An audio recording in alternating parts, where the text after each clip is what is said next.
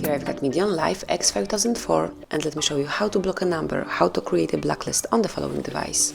So at first let's open the phone dialer, then tap on the more icon, which is 3.1 in the right upper corner, click on settings, and now go to call settings.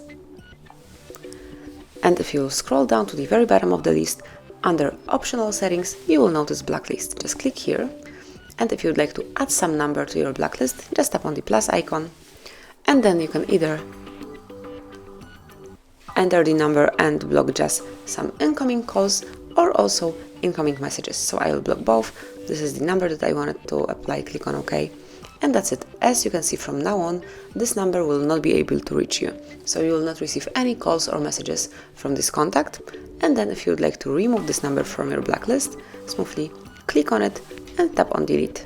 Then configure that you would like to remove this number from your blacklist by tapping on yes. And as you can see, now the blacklist is empty, so this number will be able to reach you, so you will receive phone calls or messages from previously blocked numbers. And that will be all.